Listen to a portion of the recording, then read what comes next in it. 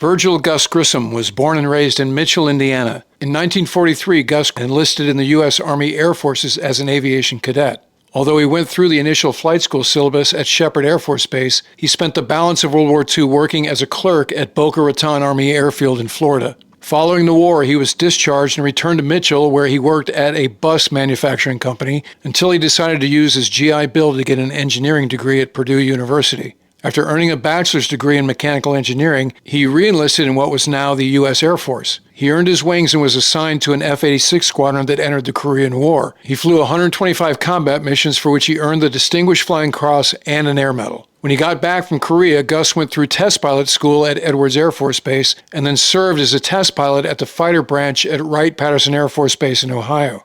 In 1959, he received a top-secret message telling him to report to Washington, D.C. in civilian clothes. And when he got there, he found out he was one of 110 pilots eligible to be screened for entry into the U.S. space program. A few months later, Gus got word that he'd been selected as one of the Mercury 7 astronauts, and he was immediately given a leave of absence from the Air Force to join what was vaguely labeled the Special Task Group to begin training. As their intense training went along, he was picked to be one of the first 3 astronauts to fly Project Mercury missions. The first 2 flights were suborbital using the Redstone rocket, and the third would be orbital using the Atlas rocket. The space race with the Soviet Union was heating up, and NASA decided to use the Redstone rocket for its initial flights because, although it was less powerful, it was more reliable than the Atlas rocket that kept blowing up on the launch pad during test launches. Alan Shepard flew the first mission, called Friendship 7, on May 5, 1961, and 2.5 months later, on July 21st, after 3 weather delays, Gus flew the second one, called Liberty Bell 7. As documented by a July 2021 article in the National Air and Space Museum's magazine titled The Sinking of Liberty Bell 7, Gus Grissom's near-fatal mission, there were 2 major differences between the Mercury capsule he piloted and the Freedom 7 one flown by Alan Shepard on the first mission. Liberty Bell 7 had a window over the astronaut's head instead of 2 small portholes, and a hatch that could be explosively separated for a quicker escape. Liberty Bell 7 lifted off at 0820 Eastern, reaching a speed of over 5,000 miles per hour and an altitude of 118 miles. After a brief period of weightlessness, the capsule re-entered the Earth's atmosphere, decelerating at 11 Gs. The chutes deployed and he landed in the Atlantic Ocean 15 minutes and 37 seconds after liftoff, breaking Shepard's American in-space record by 15 seconds.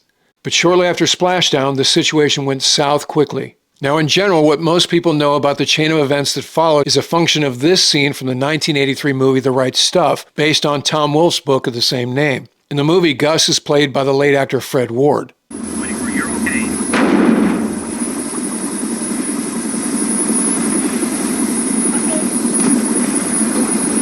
What happened? Hey. All right, he's okay. He's okay. Go for the capsule. I'm thinking. Get the capsule. He can float in that spacesuit.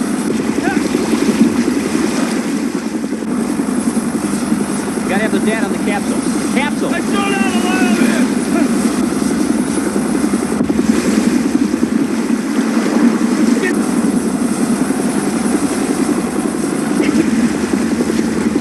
Carroll! Put that one out of here! Hey, I'm thinking! As the scene continues, the Liberty Bell 7 capsule sinks, and they eventually pluck Gus out of the water. Once he gets back home, he's plagued by rumor and innuendo that he panicked and, in the parlance of The Right Stuff, screwed the pooch, and prematurely hit the button that blew the hatch. The movie intimates that as a result of the error, he doesn't get an audience with President Kennedy, as Alan Shepard did, which upsets his wife Betty, played by actress Veronica Cartwright, who was eager to meet Jackie. Aren't we going to the White House, Gus? Nah. No ticker tape parade in New York? And no Jackie? As the rumors continue to dog him and the questions surrounding his astronaut standing grow, Gus finally snaps. I did not do anything wrong! The hatch just blew! It was a glitch! It was a technical malfunction! So that's how Hollywood portrayed it, but what really happened? Once Liberty Bell 7 splashed down, a Marine Corps helicopter launched off the aircraft carrier USS Randolph to do both the recovery of the capsule and astronaut. As written by Michael Neufeld in Air and Space magazine, the plan was for the helicopter to hook onto the capsule, lift it out of the water a little so Grissom would blow off the hatch and then climb out and get into a horse collar sling and be pulled up to the aircraft. To hook on, the helicopter crewman first had to snip off a long recovery radio antenna so that it wouldn't accidentally hit the rotor blades. As the crewman reached down with an extension cutter like those used to trim tree branches, the hatch of the spacecraft below suddenly blew off. Seawater began pouring over the hatch rim.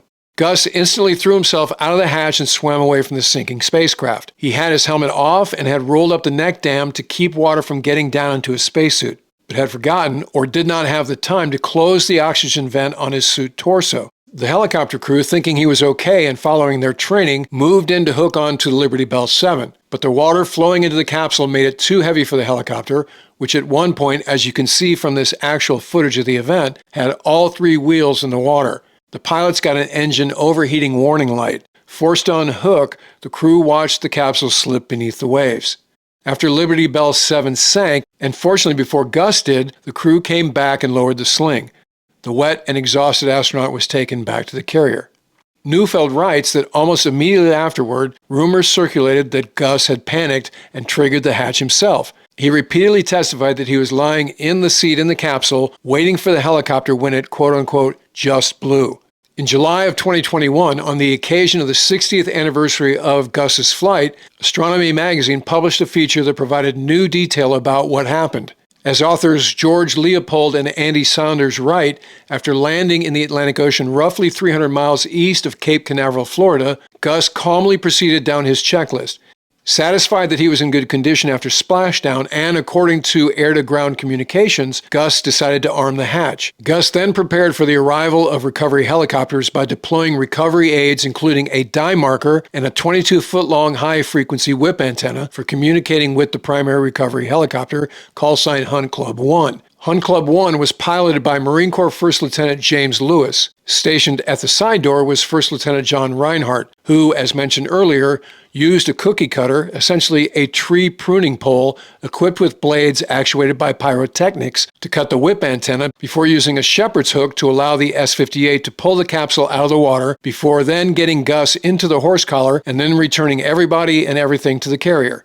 Reinhardt observed an electrostatic arc when he touched the antenna with the cutter, and while he did not see the hatch actually blow, he did observe the hatch skipping several feet from the spacecraft. Hunt Club 1 was not electrically grounded, and that became a U.S. Navy and Coast Guard guideline for sea rescues following this event. Further analysis by the Astronomy magazine writers revealed that the hatch was secured to the door sill by 70 quarter-inch diameter titanium bolts with .06-inch holes drilled into each bolt to provide a weak point. A mild detonating fuse was installed in the channel between the inner and outer hatch seals. When ignited, the explosion caused the weakened bolts to fail, blowing the hatch. According to salvage expert Kurt Newport, who recovered Liberty Bell 7 in 1999, the detonator percussion caps that served as a triggering mechanism likely contained mercury fulminate. Industry specifications provided to Astronomy magazine by Newport warned that the inherently unstable compound can detonate in the presence of static electricity. Other Mercury spacecraft components were subject to rigorous reliability testing in efforts to achieve what they called 5 nines, or 99.999% reliability.